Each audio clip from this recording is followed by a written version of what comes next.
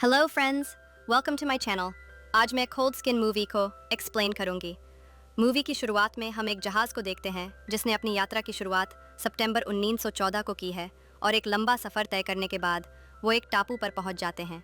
दरअसल वो इस टापू पर एक वेदर ऑफिसर को छोड़ने आए होते हैं जिसे यहाँ रहकर अगले 12 महीनों तक हवा की स्पीड और डायरेक्शन का वेदर डेटा कलेक्ट करना है। टापू पूरी तरह वीरान है और वो इतना सुनसान था कि वहाँ एक भी चिड़िया नजर नहीं आ रही थी। अब वो उसका सामान जहाज से उतारकर उसको रहने की जगह पर ले जाते हैं। वहाँ पास में उन्हें एक लकड़ी का पुराना टूटा फूटा मकान मिलता है। उसी मकान में पिछले साल भेजा गया ऑफिसर वहाँ नहीं होता। तभी उन्हें घर की खिड़की से एक लाइट हाउस नजर आता है, इसलिए उस पुराने ऑफिसर की तलाश में डेविड और जहाज का कप्तान वहाँ चले आते हैं। लाइट हाउस के अंदर जाने पर वहाँ उन्हें एक आदमी सोता हुआ मिलता है। उसको काफ़ी उठाने के बाद वो नींद से उठाता है और उसकी हालत भी बेहद ख़राब होती है, जैसे उसने लंबे समय से नहाया ही ना हो। उससे नाम पूछने पर वो अपना नाम गुरुनर बताता है। तभी कैप्टन से पुराने ऑफिसर के बारे में पूछने लगता है और तभी उन्हें पता चलता है कि वो ऑफिसर काफ़ी समय पहले ही यहाँ से कहीं चला गया है। अब टापू से रवाना होते वक्त कैप्टन डेविड को एक पिस्टल देता है ताकि वो ज़रूरत पड़ने पर अपना बचाव कर सके। साथ ही कैप्टन उसको कहता है कि तुम अपना ध्यान रखना, हम तुम्हें लेने ज़रूर आएंगे। डेविड को अगले 12 महीने यहाँ बिताने थे। तभी रात के दौरान सामान की जांच करते वक्त डेविड को पिछले वेदर ऑफिसर की डायरी मिलती है जिसमें उसने बहुत से जानवरों के चित्र बनाए हुए थे। डायरी पढ़ते पढ़ते डेविड की आंख लग जाती है और वह गहरी नींद में डूब जाता है। अगली सुबह वो डाटा कलेक्ट करने निकल पड़ता है, जहां वो डाटा को एक डायरी में नोट कर रहा होता है। अब हम रात का सीन देखते हैं जहां डेविड बैठकर कुछ सोच रहा होता है कि तभी उसके दरवाजे पर कुछ आवाज़ें आने लगती हैं। पहले तो उसे लगता है कि लाइट हाउस वाला ग्रोनर ही है, लेकिन तभी उसकी नज़र दरवाजे के नीचे दिख रहे अजीब से पैरों पर पड़ती है, जिसे देखकर वह काफ़ी डर जाता है। लेकिन बिना दरवाज़ा खोले ही वह डरते हुए पूरी रात काटता है।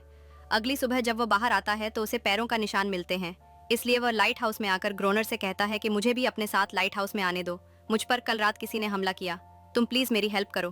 तभी ग्रोनर उससे कहता है कि तुम्हें नाव पर ही रहना चाहिए था और उसे लाइट हाउस में आने से मना कर देता है। इसके बाद डेविड वापस आकर अपने रहने की जगह के चारों ओर लकड़ियां लगाता है और कोमिलों से पट्टियां लगाकर कमजोर हिस्से की मरम्मत करता है और इस जगह को मजबूत बनाने की भरपूर कोशिश करता है। अंदर उसे एक राइफल भी मिल जाती है जिससे उसका हौसला और भी बढ़ जाता है। तभी रात के समय वह देखता है कि वह क्रीचर्स पानी से निकलकर उसकी तरफ ही आ रहे होते हैं और उन्हें करीब आता देखकर वह डरने लगता है और अगले ही पल वो क्रीचर्स उस पर हमला कर देते हैं। इसलिए डेविड डर के मारे उन पर अंधाधुंध फायरिंग करने लगता है। फिर वो घर के चारों ओर मौजूद लकड़ियों में आग लगा देता है। इस वजह से आग से डरकर वहां क्रीचर्स भाग जाते हैं, लेकिन आग बढ़ जाने की वजह से उसके घर का दरवाजा भी जलने लगता है।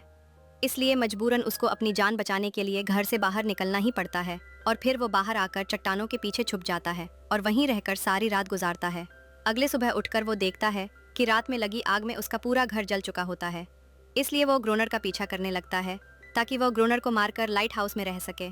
उसका पीछा करते हुए वही जगह पर पहुंच जाता है जहां ग्रोनर पानी भर रहा होता है और वो पानी भरते वक्त ही को शूट करने वाला होता है, लेकिन उसके ऐसा करने से पहले ही उनके बीच में से एक क्रीचर्स उस पर हमला कर देती है। इसलिए खुद की जान बचाने के लिए डेविड उसको नीचे गिराकर बंदूक से शूट करने वाला होता है।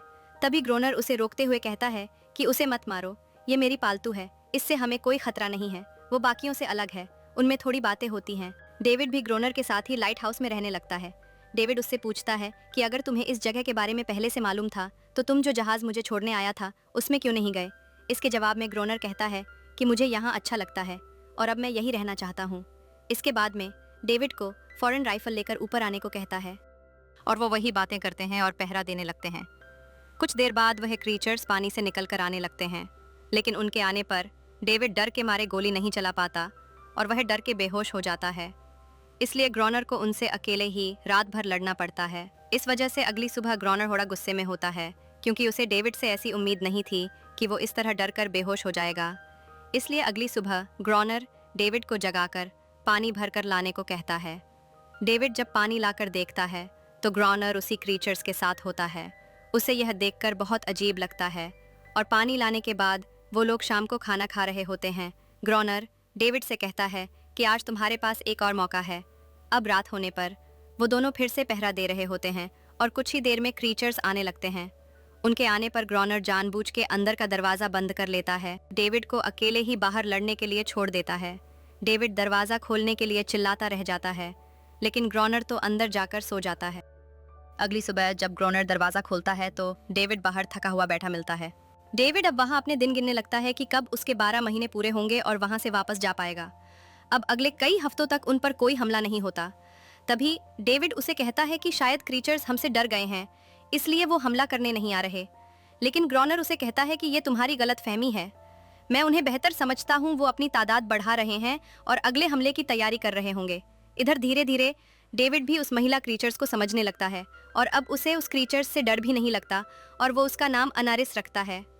पिछले कुछ हफ्तों से उन पर कोई हमला नहीं हुआ था और वो आराम करने लगता है। रात में वो जब बातें कर रहे होते हैं तभी अचानक उन पर हमला हो जाता है और आज वो लाइट ऑन करना भी भूल चुके थे। ग्रोनर और डेविड जल्दी से ऊपर आकर उनसे लड़ने लगता है और ग्रोनर ने जैसा कहा था वैसा ही होता है। आज क्रीचर्स की तादाद बहुत ज़्यादा होती है और लड़ते वक्त उनकी गोलियां ख़त्म होने की वजह से उन्हें भागना पड़ता है। इसी बीच एक क्रीचर ग्रोनर के पैर को जख्मी कर देता है, इसलिए डेविड ग्रोनर को ऊपर लेकर गेट बंद कर लेता है। अब वो इन क्रीचर्स से पूरी तरह घिर चुके होते हैं और वो सुबह तक इसी उम्मीद में होते हैं कि किसी तरह ये क्रीचर्स शीशा तोड़कर अंदर ना आ सकें और सुबह होते ही वो क्रीचर्स वापस पानी में जाने लगते हैं। अब हम देखते हैं कि अनारिस ग्रोनर के जख्मों को चाटकर सही कर रही होती है, क्योंकि उसकी लार में कुछ ऐसा केमिकल होता है जो जख्म को बहुत जल्द भर देता है। यहाँ डेविड की नज़र एक समुद्री जहाज पर पड़ती है। वो बहुत खुश हो जाता है, वो जल्दी से फ्लायर लाने चला आता है, लेकिन ग्रोनर ये नहीं चाहता था कि कोई इस टापू पर आए। उस जगह से प्यार था और वो खुद को ही यहाँ का राजा मानता था और डेविड यहाँ जहाज को दूर जाता हुआ ही देखता रह जाता है।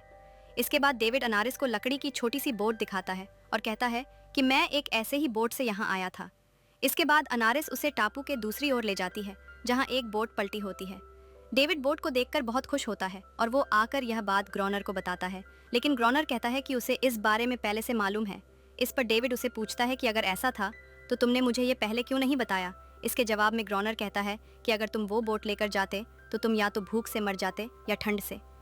इसके बाद वो उसे बताता है कि वो बोट लुटेरों की है जो यहाँ से डायनामाइट की स्मगलिंग करते थे। ये सुनकर डेविड कहता है कि हमें भी डायनामाइट को ढूंढना चाहिए, जिससे हम बहुत से क्रीचर्स को एक साथ मार पाएंगे। लेकिन ग्रोनर उसे मना कर देता है क्योंकि समंदर में जाने में बहुत जोखिम है। लेकिन इसके बाद ग्रोनर डेविड को अनारिस के साथ नहाते हुए देखकर चिढ़ जाता है और उसे लगने लगता है कि उसकी जगह वो ले रहा है। इस वजह से वह अगले ही पल डेविड से कहता है कि मैंने अपना मन बदल लिया है, चलो हम डायनामाइट को ढूंढने चलते हैं। अगले दिन वह बोट लेकर वहां जाते हैं जहां वह बोट डूबा होता है। अब लाइट हाउस आकर वो सारे बॉक्स को चेक करते हैं, जिनमें से एक बॉक्स में उन्हें डायनामाइट मिल जाता है और वह दोनों बहुत खुश होते हैं और जल्दी से बाहर आकर लाइट हाउस के चारों तरफ डायनामाइट लगा देते हैं। लेकिन अब 3 हफ्तों तक फिर से कोई हमला नहीं होता और वो इस बारे में बात कर रहे होते हैं। तभी अनारिस उनके लिए खाना लेकर वहां आती है। ग्रोनर गुस्से में अनारिस को पीटने लगता है और कहता है कि ज़रूर उसने उन्हें बता दिया है कि हमने डायनामाइट लगा रखे हैं। इसके बाद ग्रोनर डेविड को कहता है कि आज रात तुम दरवाज़ा खोल देना, आज हम उसे इसका लालच देंगे और उन्हें यहाँ आने पर मजबूर करेंगे। इसके बाद ग्रोनर अनारिस को ऊपर ले जाता है और आवाज़ लगाकर उसे क्रीचर्स को बुलाने को कहता है। इसलिए अनारिस ज़ोर ज़ोर से रोने लगती है और वो आवाज़ सुनकर थोड़े ही देर में वहाँ बहुत से क्रीचर्स आ जाते हैं। डेविड उनसे लड़ता हुआ लाइट हाउस में ऊपर आ जाता है। यहाँ पर ग्रोनर पैडल दबाने का सही समय का इंतज़ार करता है, लेकिन जब वह पैडल दबाता है तो डायनामाइट ब्लास्ट नहीं होता क्योंकि वायर टूट चुके होते हैं और क्रीचर्स को करीब आता देख ग्रोनर पैडल को छोड़कर उनसे लड़ने लगता है। इसके बाद किसी तरह वो वायर को कनेक्ट करके पैडल को दबाकर ब्लास्ट कर देते हैं और इस ब्लास्ट से चारों तरफ धुआं ही धुआं हो जाता है और वो पूरी रात वहीं पड़े रहते हैं। सुबह होने पर वो घायल क्रीचर्स को मारने लगता है। तभी उन्हें पता चला है कि कल रात के हमले के बाद से ही अनारिस उन्हें छोड़कर जा चुकी है।